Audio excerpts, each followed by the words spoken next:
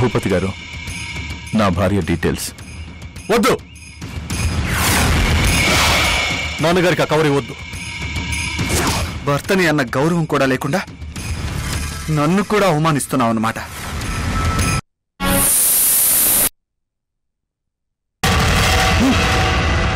I don't want your bloody explanations.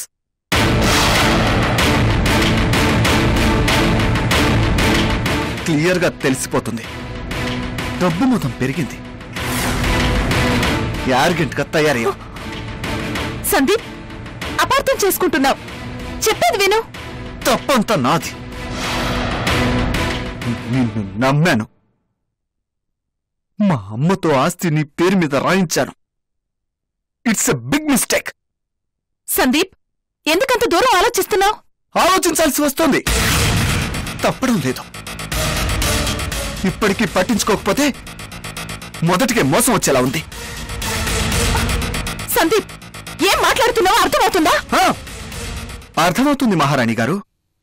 కొద్ది రోజులు పోతే నేను మీ కాళ్ళ దగ్గర కూర్చొని జీ హుజూర్ అనాలి. Yes, that will be my position.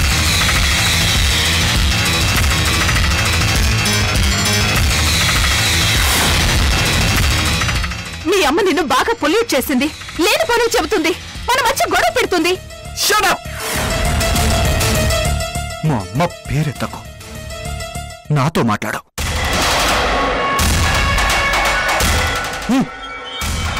నువ్వంతా మంచిదానివి అయితే మన మధ్య గొడవలు వద్దు అనుకుంటే ఈ డాక్యుమెంట్స్ మీద సైన్ చేయి.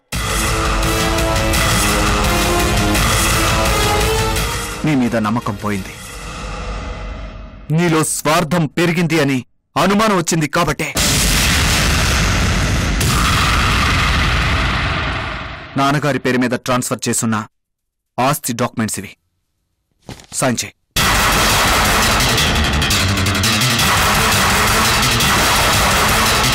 సందీప్, ఏం మాట్లాడుతున్నావో తెలిసి మాట్లాడుతున్నావా?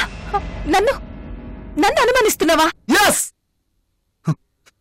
నిన్ను పూర్తిగా స్టడీ చేసిన తర్వాతే నేను ఈ డెసిషన్కి వచ్చాను. ఆ అనుమానం వచ్చింది నీకే అయితే సిన్సియర్ గా క్లియర్ చేసేదాన్ని, గంగలో మునిగేదాన్ని, నువ్వు చెప్పినట్టు చేసేదాన్ని. కానీ నీ వెనకుండి ఓ చెయ్యి ఆడిస్తోంది. ఆ చెయ్యి ఆడించినట్టు నేను ఆడదలుచుకోలేదు. ఆ చెయ్యిని వదిలించుకున్రా, నేనేంటో నిరూపించుకుంటాను. వంకర మాటలతో తప్పించుకోవాలని ట్రై చేస్తున్నావు. నీ ఇష్టం వచ్చినట్టు ఊహించుకో. I don't care. మర్యాదగా ఈ డాక్యుమెంట్స్ మీద సైన్ చేయి. ఆస్తి నీ పేరు మీద ఉండడం డేంజర్. నువ్వు మీ అమ్మ నీడలో ఉన్నావు, డేంజర్ జోన్ లో ఉన్నావు. అందుకే నీ కళ్ళకన్నీ డేంజర్ లానే కనిపిస్తాయి. ఒక్కసారి అనుమానం వచ్చాక ఎవరిని నమ్మను. అవును, ఒక్క మీ అమ్మని తప్ప. అది కూడా క్లారిటీగా చెప్పు. రూపా, నీకు నా మీద నమ్మకం లేనప్పుడు నేను నీ మాట వినాల్సిన అవసరం లేదు. ఈ ఊరికి ఆ ఊరు ఎంత దూరమో ఆ ఊరికి ఈ ఊరు అంతే దూరం. రూపా, సైన్ చేస్తావా లేదా?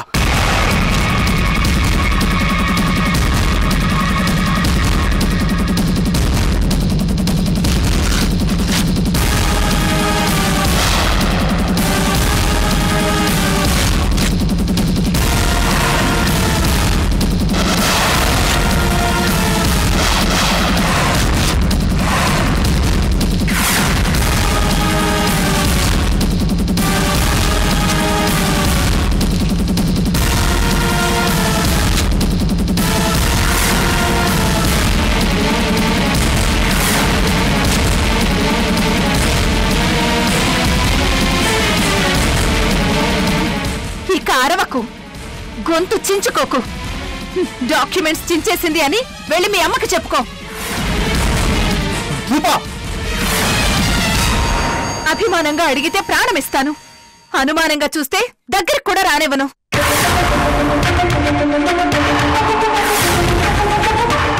నీకేం కావాలో అడుగు, వింటాను. మీ అమ్మకేం కావాలో అది అడక్కు. మర్యాదగా ఉండదు. డబ్బు మదం మీ అమ్మకి, నాకు కాదు. Get lost. I say get lost.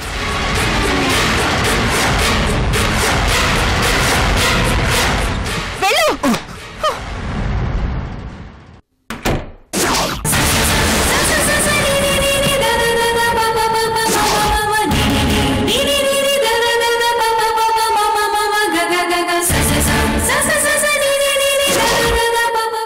ఇప్పుడు రాజావారి పేరు మీదకి ఆస్తి ట్రాన్స్ఫర్ చేసేద్దామని నేనుంటే అనవసరంగా సందీప్ వచ్చి నన్ను అనుమానించి ఏ ఆస్తి డాక్యుమెంట్స్ మీద సైన్ చేయాలని అనుకుంటున్నానో ఆ ఆస్తి డాక్యుమెంట్స్ నా చేతులారా నేనే చించేసేలా చేశాడు.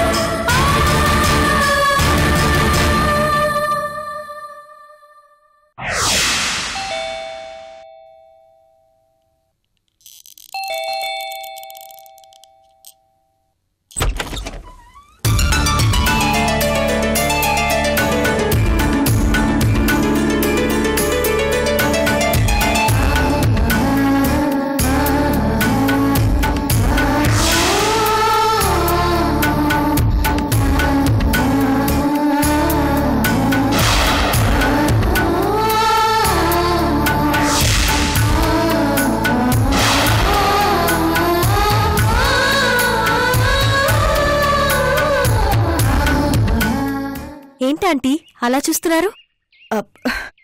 అబ్బే ఏం లేదమ్మా. పెళ్లి చేసుకుని ముందు మీరు మా ఇంటికే వచ్చారు, అది గుర్తొచ్చింది. ఇప్పుడు కూడా అంతే. మా తప్పు తెలుసుకొని తిరిగి ఒకటయ్యాక మొదటిసారిగా మీ ఇంటికి వస్తున్నాం. మీ దీవెనలు తీసుకోవటానికే వచ్చాం. లోపలికి రావచ్చా ఆంటీ? అయ్యో, ఇప్పటిదాకా గుమ్మం దగ్గర నిలబెట్టేశానా? సారీ అమ్మా. రండి, లోపల రండి. రండమ్మా.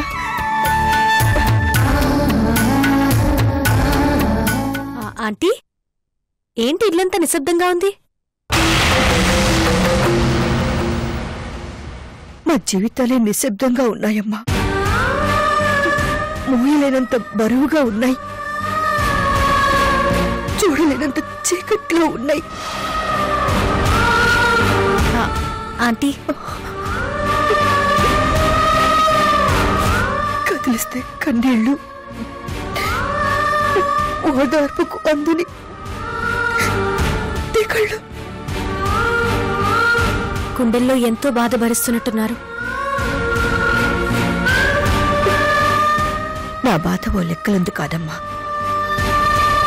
సముద్రమంతటి కష్టాల్ని ఈదుకుంటూ జీవితం చివరి మజిలికి చేరుకున్నాను. నా బాధ నా గురించి కాదు, కంటి తడి ఆరకుండా ఏడుస్తున్న నా కోడల గురించే నా బాధ అంతా.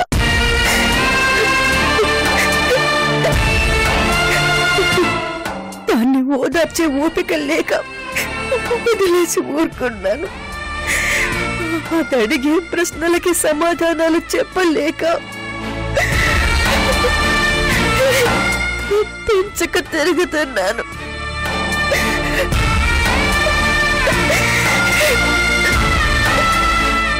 ఆంటీ, సంధ్య గారు ఎక్కడున్నారు?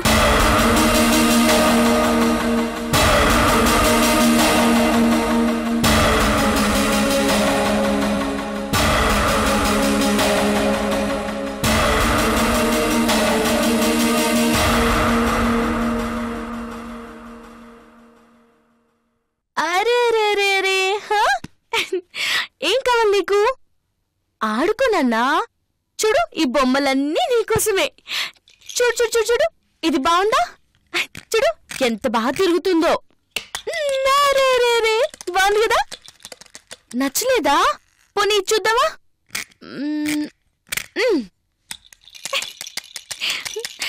అరే చూడు ఎంత బాగుందో కదా. పోనీ ఇది కూడా నచ్చలేదా? మరేం కావాలరా నీకు? పోనీ ఈ అమ్మైనా నచ్చిందా? ఈ అమ్మ కూడా బాలేదా? కొత్తమ్మ కావాలా? చెప్పరా.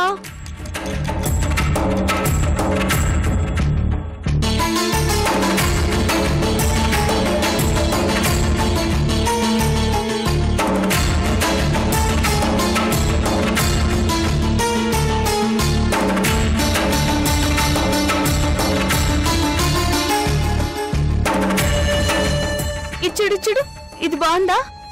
ఇది కూడా నచ్చలేదా? చెప్పరా సంధ్య గారు.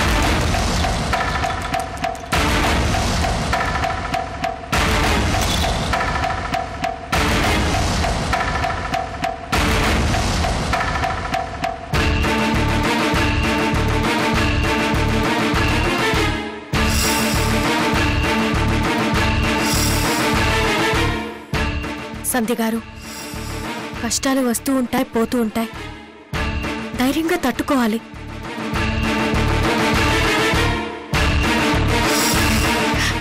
కష్టం తర్వాత సుఖం వస్తుంది. ఆ కష్టాన్ని మర్చిపోయేలా చేస్తుంది. అలాంటప్పుడు ధైర్యంగా ఉండొచ్చు.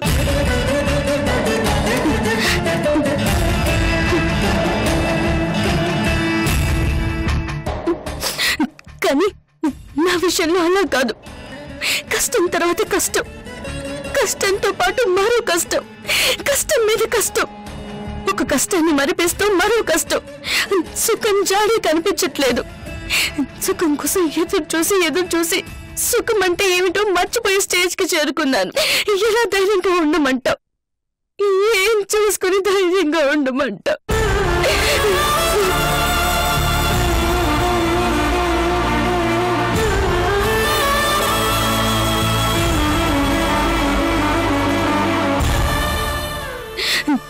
వెలుతురు వస్తుంది అంటే చీకటిని భరించొచ్చు. జీవితమే చీకటమయమైతే భరించడం కష్టంగా ఉంటుంది.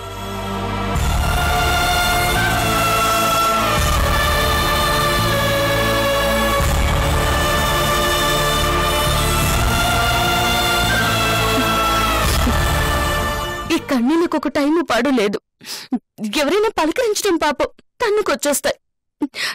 సారీ, ఏమీ అనుకోవద్దు.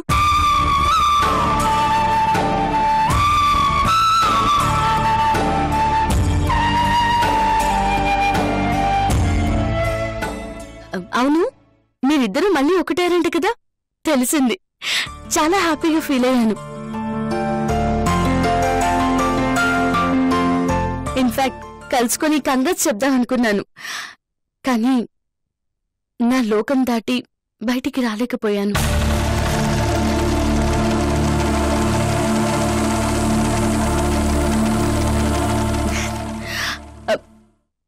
మీరొచ్చారు, సంతోషంగా ఉంది. Congrats Shashi. Thank you. Congrats Surya. Thank you. అత్తయ్య, గెస్ట్లకి కాఫీ అయినా ఇచ్చారా? పాపం, వాళ్ళకి మన కన్నీళ్లతోనే కడుపు నిండిపోతుందేమో. మీరు మాట్లాడుతూ ఉండండి, నేను కాఫీ కలుపుకొని వస్తాను. సంధ్య గారు, నో ఫార్మాలిటీస్. ప్రతాప్ గారికి థ్యాంక్స్ చెప్పుకుందామని వచ్చాం. ఎందుకు? మేం మళ్ళీ ఇలా కలుసుకున్నామంటే కారణం ప్రతాప్ గారే.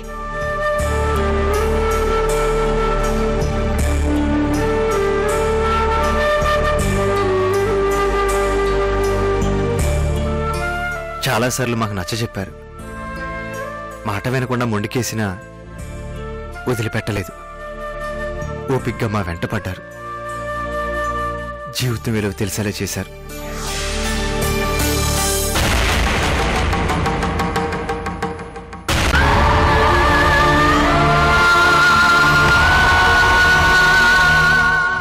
మా బంధం శాశ్వతంగా తెగిపోయే టైంలో శ్రీప్రియను బెదిరించి నాకు నిజాలు తెలిసేలా చేసి బంధాన్ని నిలబెట్టారు.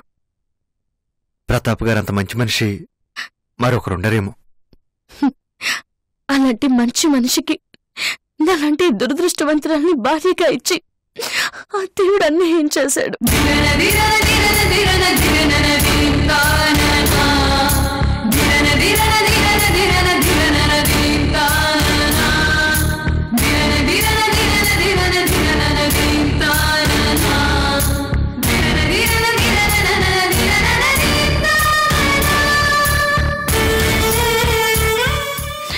సంధ్య గారు, కష్టాలు పడేవారు దురదృష్టవంతులు కారు. ఆ కష్టాల్ని పంచుకోవటానికి తోడు లేనివారు దురదృష్టవంతులు.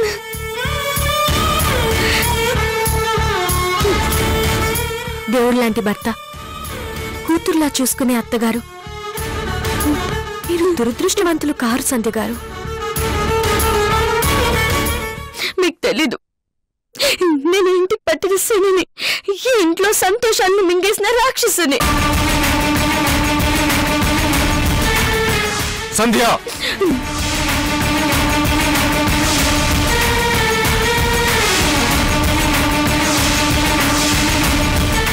ఇంకెప్పుడు అలా మాట్లాడు. అది కాదు ప్రతాప్. ఈ ఇంటికి పట్టిన శని నువ్వు కాదు, ఆ మృణాలిని. ఆ రాక్షసి వల్లే నువ్వు మాతృత్వానికి దూరం అయ్యావు. నాకు కన్న తల్లి దూరం అయింది, అమ్మకి భర్త దూరం అయ్యాడు. తప్పంతా నేనెత్తినేసుకోకు. అయితే గీతే బాధపడాల్సింది నేను, నీ కన్నీళ్ళ కారణం నేను. నీ భర్తనయ్యుండి ఒక పోలీస్ ఆఫీసర్నయ్యుండి కూడా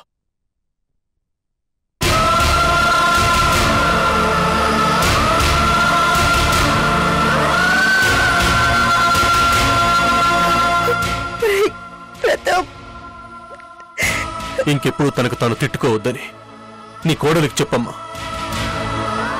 ఈ ఇంటి దేవతకు చెప్పమ్మా.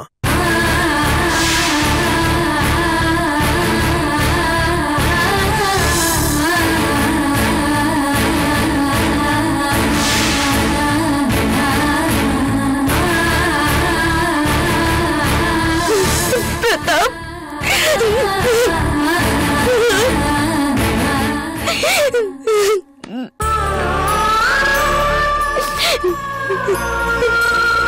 ఇంటికి గెస్ట్ వస్తే ఇదేనా మనం చేసే మర్యాద?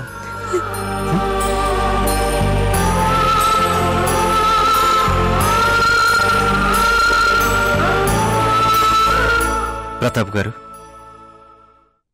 మేం గెస్ట్లం కాదు, ఈ ఇంట్లో మనుషులం.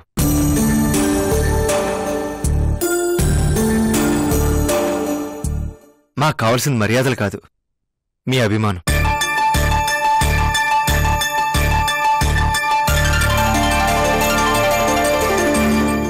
మీ బ్లెస్సింగ్స్ తో కొత్త జీవితాన్ని ప్రారంభించాలని వచ్చాం. మమ్మల్ని ఆశీర్వదించండి. సూర్య,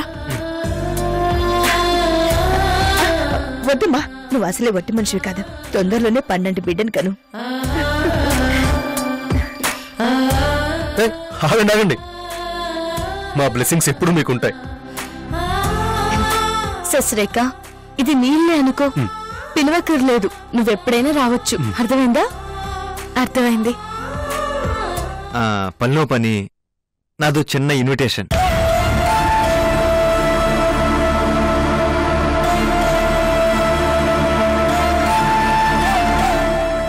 వచ్చే సోమవారం శశిరేఖ సీమంతం చేస్తున్నాను.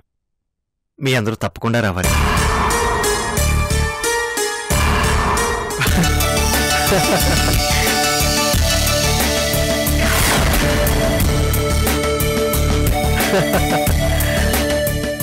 ప్రతాప్ గారు, అలా నవ్వుతున్నారేంటి?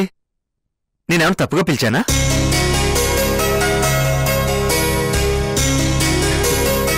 అసలు నువ్వు పిలవటమే తప్పు. సీమంతం అంటే అది ఆడవాళ్ల ఫంక్షన్, వాళ్లే పిలవాలి.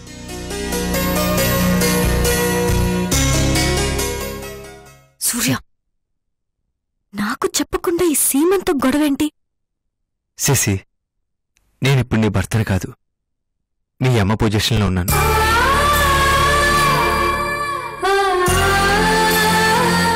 కూతురు సీమంతం గ్రాండ్గా ప్లాన్ చేశాను.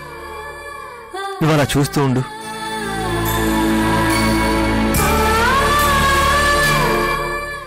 నాకు సంబంధించినంత వరకు ఇది ఆడవాళ్ళ ఫంక్షన్ అనుకోవట్లేదు, ఓ శుభకార్యం అనుకుని పిలుస్తున్నాను.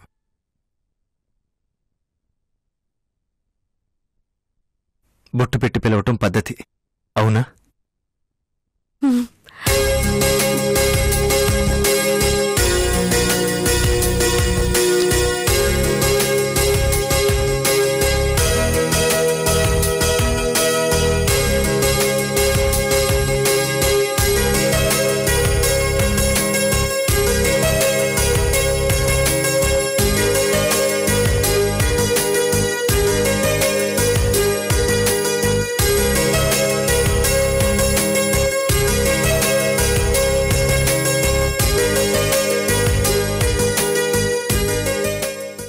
శశిరేఖ, బయలుదేరదాం. ఫంక్షన్కి అందరూ తప్పకుండా రావాలి. వస్తాం. పద శశి. వస్తాం.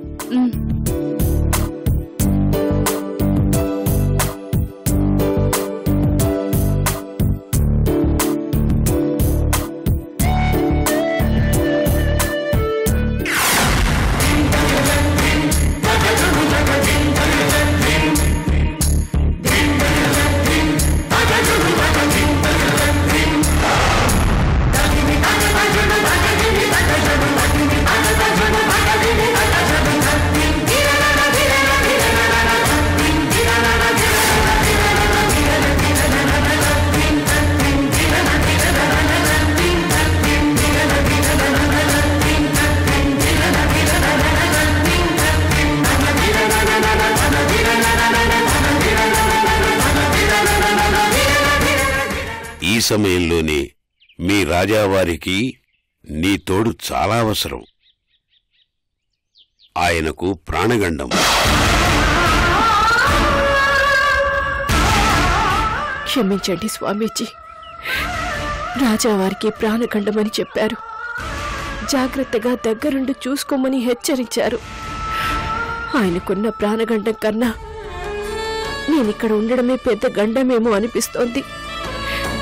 అందుకే హవేలి వదిలి వెళ్ళిపోవాలన్న నిర్ణయానికి కట్టుబడి ఉన్నాను. తప్పటం లేదు. నన్ను క్షమించండి. మీరు నన్ను హెచ్చరించినా పట్టించుకోకుండా నేనిక్కడ రాజావారితో హవేలీలో ఉండలేని పరిస్థితుల్లో ఉన్నాను. రే ముసరాడా, ఎంత పని చేశావురా! నిన్ను ఏమొచ్చింది నీకు? ముందు వెనక ఆలోచించాల్సిన పనిలేదా? అంతా నీ ఇష్టమేనా? చెప్పు చెప్పు.